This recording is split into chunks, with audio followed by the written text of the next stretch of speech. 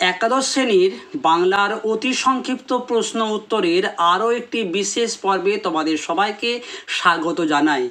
আজকে আমরা বাংলার সাহিত্য থেকে বৈষ্ণব পদাবলীর এই বিভাগটি থেকে তোমাদের আমি জাস্ট 10 থেকে 12টি এমসিকিউ টাইপের যে প্রশ্ন তোমাদেরকে জানাবো। তবে তার আগে তোমাদেরকে এই বৈষ্ণব পদাবলী সম্পর্কে কয়েকটি তথ্য জানিয়ে দিই। চৈতন্য পূর্ববর্তী বৈষ্ণব পদাবলী কর্তা হলেন বিদ্যাপতি। এই বিদ্যাপতির একটি পদ হলো এ সখী হামারি দুঃখের নাহি ওর, এ ভরা বাদর মাহ ভাদর শূন্য মন্দির মোর। আর একজন পদকর্তা হলেন চণ্ডীদাস, তারও একটি আমি পদ এখানে উল্লেখ করেছি। এরপরে তোমরা জেনে নাও যে চৈতন্য সমকালীন বৈষ্ণব পদাবলী কর্তা দুজন, এক হচ্ছে মুরারি গুপ্ত, দুই নরহরি সরকার। এরপর আমরা জানব চৈতন্যোত্তর বৈষ্ণব পদাবলী কর্তা দুজনের নাম, একজন হচ্ছে গোবিন্দ দাস আর জ্ঞান দাস। এর পাশাপাশি আমরা বলরাম দাসকেও চৈতন্যোত্তর বৈষ্ণব পদাবলী কর্তা রূপেও পেয়ে থাকি বা পেয়েছি। এরপরে আসবো আমরা অতি সংক্ষিপ্ত প্রশ্ন উত্তরে। প্রথম প্রশ্ন আছে, বাংলা সাহিত্যে বৈষ্ণব পদাবলী ধারা শুরু হয় কোন কাব্যের মধ্য দিয়ে? জয়দেবের গীত গোবিন্দ। তোমাদের জানিয়ে দিই এটি মূলত দ্বাদশ শতাব্দীতে রচিত হয়েছিল। নেক্সট প্রশ্ন, কোন প্রাচীন গ্রন্থে রাধা কৃষ্ণের প্রথম উপস্থিতি লক্ষ্য করা যায়? উত্তরটি হবে গাঁথা সপ্তশতী। তোমরা এটা জেনে রাখো, এই গ্রন্থটি আনুমানিক খ্রিস্টীয় 7ম শতকের আগে অপভ্রংশ প্রাকৃত ভাষায় এটি রচিত হয়েছিল। 3 নম্বর প্রশ্নটা ভীষণ গুরুত্বপূর্ণ, আমি বলবো তোমরা দেখবে প্রথম সেমিস্টারের পরীক্ষাতে এটি ম্যাক্সিমাম স্কুলে এই প্রশ্নটা থাকবে। মৈথিল কোকিল বা অভিনব জয়দেব কাকে বলা হয়? উত্তরটি হবে বিদ্যাপতিকে। কেন বলা হয় সেটাও তোমাদের জানিয়ে দিই।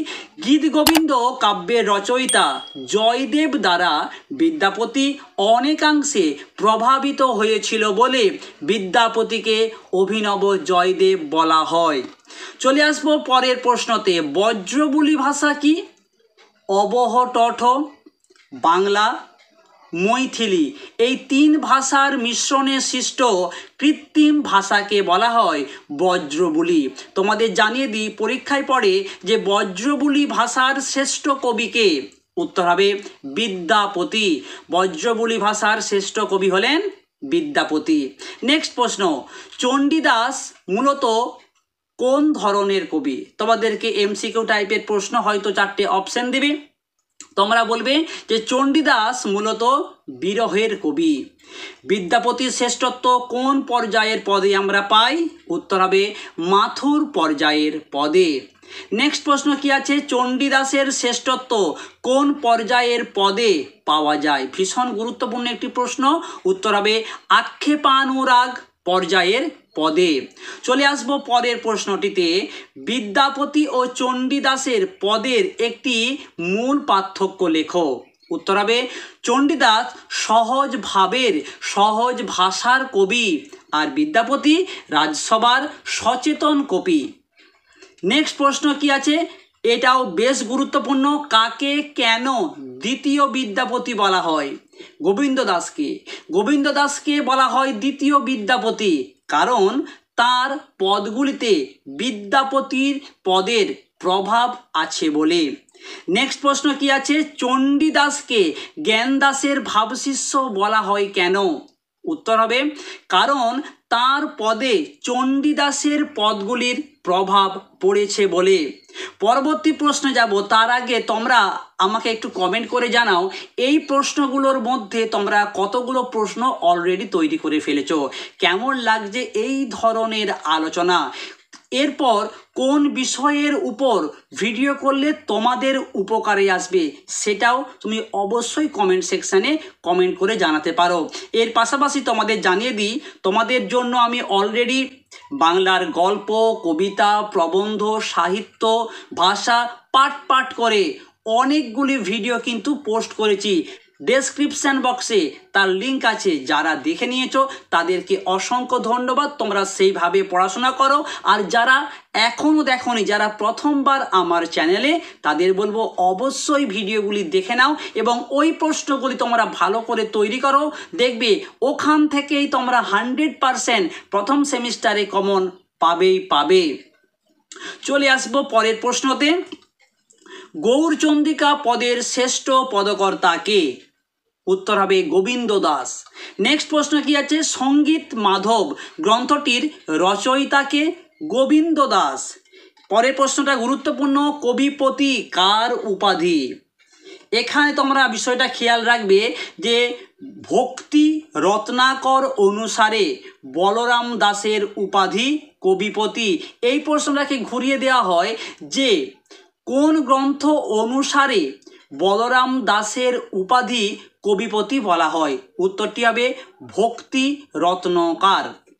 নেক্সট প্রশ্ন কি আছে? গোবিন্দ দাস কোন পর্যায়ের পদে অপ্রতিদ্বন্দ্বী, অর্থাৎ কোন পর্যায়ের পদে তিনি শ্রেষ্ঠ? উত্তর হবে অভিসার পর্যায়ের পদে। চণ্ডীদাসকে দুঃখের কবি কে বলেছিলেন? উত্তর রবি ঠাকুর, রবীন্দ্রনাথ ঠাকুর। নেক্সট প্রশ্ন কি আছে? প্রাচীন পুরাণে কৃষ্ণের উল্লেখ থাকলেও কোন চরিত্রের উল্লেখ নেই? উত্তর হবে রাধার। চলে আসবো পরের প্রশ্নতে। দুজন বাঙালি মুসলমান বৈষ্ণব পদকর্তার নাম লেখো। ভীষণ গুরুত্বপূর্ণ প্রশ্ন। সৈয়দ আলাউল ও লালন ফকির। যারা এই মুহূর্তে ভিডিওটা দেখছো তাদেরকে অনুরোধ করব, তোমরা প্লিজ ভিডিওতে একটা লাইক করে দিয়ে আমাকে একটু উৎসাহিত করো, কেমন? চলে আসবো শেষ প্রশ্ন। কৃষ্ণ কিরূপ দেবতা? ঐতিহাসিক, লৌকিক, পৌরাণিক নাকি বৈদিক? তোমাদের বলবো তোমরা এই প্রশ্নের উত্তরটা তোমার নাম লিখে কমেন্ট করে জানাও।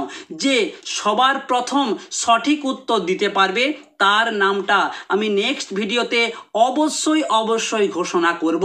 তাই তুমি এখনই তোমার নাম লিখে কমেন্ট করে জানিয়ে দাও কৃষ্ণ কিরূপ দেবতা? ঐতিহাসিক, পৌরাণিক, লৌকিক নাকি বৈদিক? সবাই ভালো থেকো, আর অন্যান্য ভিডিওগুলোর লিঙ্ক ডেসক্রিপশন বক্সে দেওয়া আছে, অবশ্যই দেখতে অনুরোধ রইল।